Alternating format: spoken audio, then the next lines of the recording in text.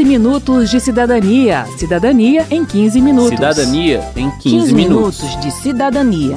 Cidadania em 15 Cidadania minutos. em 15 minutos.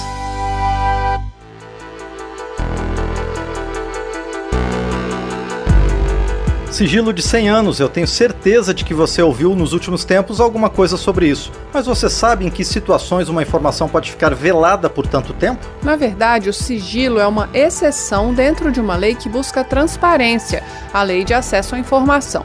Senta aí que a gente vai explicar tudinho. Este é o 15 Minutos de Cidadania e eu sou Verônica Lima. E eu sou o Márcio Aquilissardi. Não se aplica regra, não tem arrego, não tem explicação. Passei do limite do procedimento, não tem explicação. O acesso à informação é um direito previsto na Constituição Federal e regulamentado pela Lei de Acesso à Informação. A gente está falando aqui de dados sobre o governo, seus programas, ações, projetos, obras e gastos. A política que essa lei busca consolidar é a da transparência. Pensa nessa imagem. É como se as portas, paredes e janelas dos prédios públicos fossem todas de vidro, transparentes, para que todo mundo pudesse ver o que se passa lá dentro. Por isso, o deputado Reginaldo Lopes, do PT de Minas Gerais e autor do projeto que deu origem à Lei de Acesso à Informação, defende que a LAI, como ela ficou conhecida, é um instrumento mais eficiente de combate à corrupção do Estado brasileiro. A LAI é, com certeza, o melhor instrumento de exercício pleno da cidadania do povo brasileiro, é o melhor instrumento para consolidar o Estado de Direito democrático, é o melhor instrumento para o jornalismo investigativo, é o melhor instrumento para a cidadania das pessoas, instrumento para elaborar as políticas públicas com critério e é um instrumento de combate à corrupção mais eficiente do Estado brasileiro. Um governo transparente precisa fazer duas coisas, segundo a lei: divulgar informações sobre seus atos e responder aos pedidos de informação apresentados pela sociedade. O primeiro caso, chamado de transparência ativa, acontece, por exemplo, quando você ouve a Rádio Câmara ou quando entra no site da Câmara e encontra informações detalhadas sobre a atuação de cada deputado federal, como as propostas de sua autoria, a presença no plenário, as viagens em missão oficial e os gastos do gabinete. Já a transparência passiva acontece quando um cidadão entra em contato com a Câmara ou outro órgão público e solicita outro tipo de informação que já não esteja publicada. É aí que entra a LAI. E a regra é clara, Arnaldo. Quando o cidadão pede, o governo deve entregar a informação, como afirma o ministro da Secretaria de Comunicação Social da Presidência da República, o deputado licenciado Paulo Pimenta. A administração pública, ela tem como princípios, a impessoalidade, o interesse público e a transparência. Portanto, do ponto de vista da relação da sociedade com o Estado, a regra é que toda informação ela seja pública e transparente. Existem casos excepcionais, quando envolve segurança, quando envolve assuntos estratégicos, ou quando envolve informações que diz respeito à Lei Geral de Proteção de Dados, que protege o cidadão com relação à violação de informações que diz respeito à sua intimidade e que não tem interesse público. Para entender a exceção, que é o sigilo, precisamos entender a regra. Então bora lá. Qualquer cidadão de qualquer idade ou nacionalidade pode pedir uma informação pública. Empresas, organizações e outras entidades jurídicas também. Não é preciso justificar o pedido, que pode ser apresentado a órgãos dos 3 poderes, executivo, legislativo e judiciário, das 3 esferas de governo, municipal, estadual e federal. O pedido pode ser feito presencialmente ou pela internet, por meio do portal FalaBR, no endereço falabr.cgu.gov.br. O órgão tem até 30 dias para responder, e é aqui que a gente começa a falar de sigilo. Ele pode negar a informação por considerá-la sigilosa, mas para isso existem regras também. Quando um órgão produz um dado ou recebe um pedido de informação, pode entender que a sua divulgação pode trazer riscos à sociedade ou ao Estado. Então ele faz um termo de classificação de informação e qualifica o documento como reservado, secreto ou ultra secreto. O documento reservado pode ser mantido em sigilo por até 5 anos, o secreto por até 15 anos e o ultra secreto por 25 anos, prorrogáveis por mais 25 anos. E aí você me pergunta, e o sigilo de 100 anos? Quem vai responder é a secretária nacional de Acesso à Informação da CGU, Ana Túlia de Macedo. O órgão não classifica o sigilo de 100 anos, né? Ele, na verdade, ele pode se negar a dar uma informação dizendo que aquilo é informação sensível, é informação pessoal, que tem implicações para o direito à privacidade, à honra, à imagem daquele cidadão, e aí ele não fornece a informação e ele pode segurar essa informação pelo prazo máximo de 100 anos, né? Mas não é uma classificação, por exemplo. Aqui a gente inverte a lógica. Se a regra para dados de governo é a transparência, a regra para informações pessoais de cidadãos relativas à intimidade, vida privada, honra e imagem é o sigilo.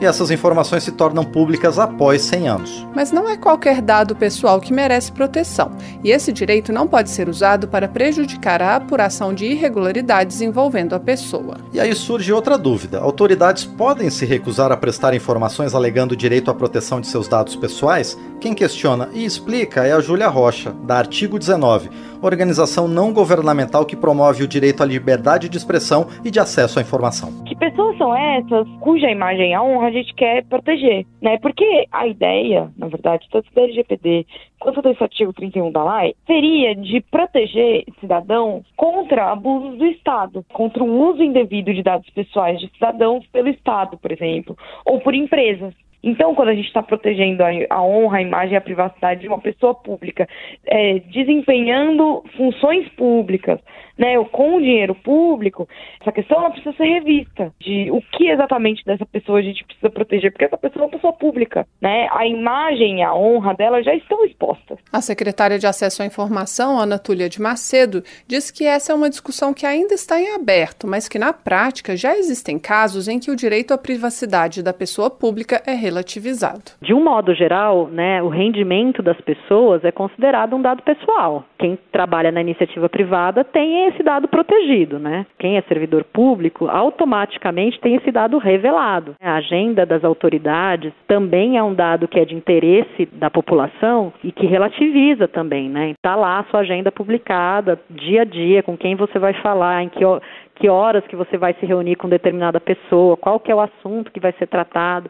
Agora, em relação especificamente a dados pessoais mais sensíveis, existe uma discussão. Qual é o limite? E se tem algum outro direito que pode ser oponível ao direito à privacidade? Então vamos embora recapitular. No caso de informações públicas, a regra é a transparência e o sigilo é a exceção. No caso de dados pessoais, a regra é o sigilo e o compartilhamento é a exceção. Mas o que acontece quando um cidadão faz um pedido, mas o documento contém dados pessoais de alguém? Essa eu sei. Basta excluir, descaracterizar ou omitir a informação pessoal e liberar o restante do documento. Sabe aquela tarja preta? É isso. Além disso, em um caso concreto, a proteção de dados pessoais pode sim ser flexibilizada em nome do interesse público geral e preponderante. Esse entendimento está expresso em documento da CGU, Controladoria Geral da União, publicado recentemente. São 12 enunciados que, segundo a secretária Ana Túlia de Macedo, vão orientar a administração pública federal na hora de classificar uma informação ou de responder ao cidadão. Não é qualquer dado pessoal. Acho que um exemplo que eu posso dar, que foi muito recente, que gerou uma polêmica enorme, da lista de convidados da recepção da posse do presidente da República.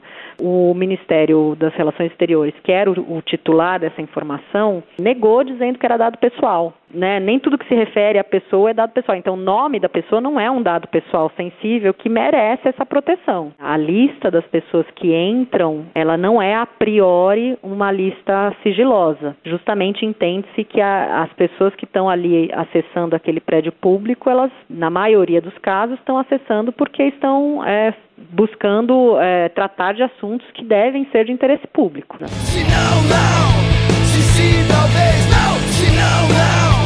Se sim, talvez não. Não pode. Não pode, não pode. E que tipo de informação pode ser negada? O que pode ser considerado sigiloso? A Lei de Acesso à Informação lista 8 situações. A ideia por trás de todas é a segurança nacional e da sociedade, e aqui vão algumas.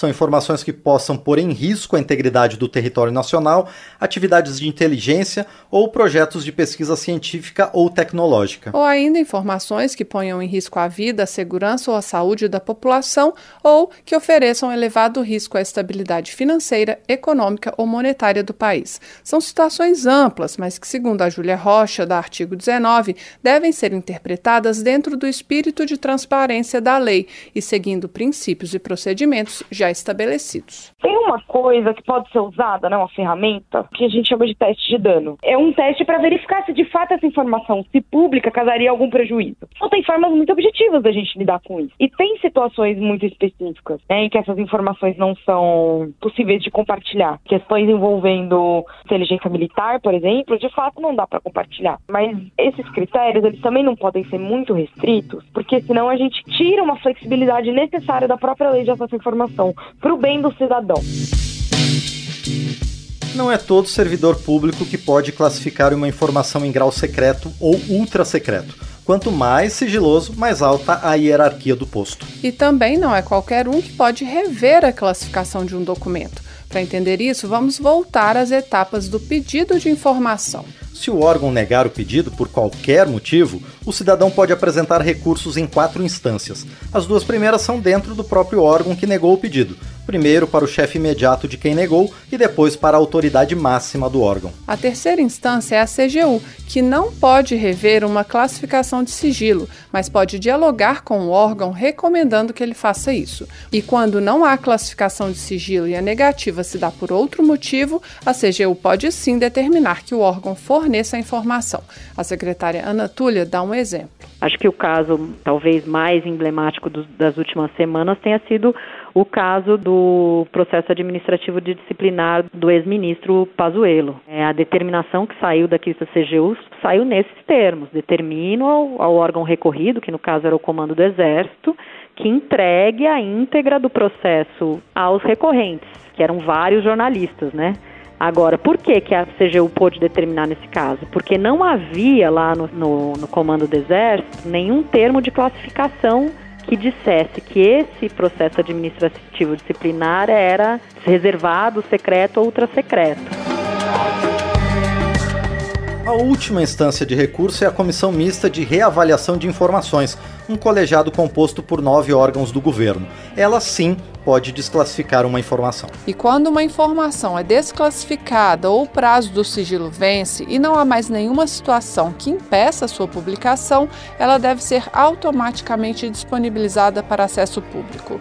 A Júlia diz que, na prática, isso não tem acontecido de forma imediata e, talvez por isso, um dos enunciados da CGU seja nesse sentido. Termina aqui o 15 Minutos de Cidadania, que teve produção de Cristiane Baker e Lucélia Cristina, reportagem e texto de Verônica Lima, trabalhos técnicos de Marinho Magalhães, edição de Márcio Aquilissardi e apresentação de Verônica Lima e de Márcio Aquilissardi. Se você tem alguma dúvida, mande pra gente. O e-mail é radio@câmara.leg.br e o WhatsApp é 61 999 78 90 80. O 15 Minutos de Cidadania é produzido pela Rádio Câmara e transmitido pelas rádios parceiras em todo o Brasil, como a Rádio Opção FM, da cidade de Guapé, Minas Gerais. Você pode conferir todas as edições do programa no site radio.câmara.leg.br e no seu agregador de podcast preferido. Uma boa semana e até o próximo programa. 15 Minutos de Cidadania. Cidadania em 15 minutos. Cidadania em 15 minutos de cidadania. Cidadania em 15 Cidadania minutos. em 15 minutos.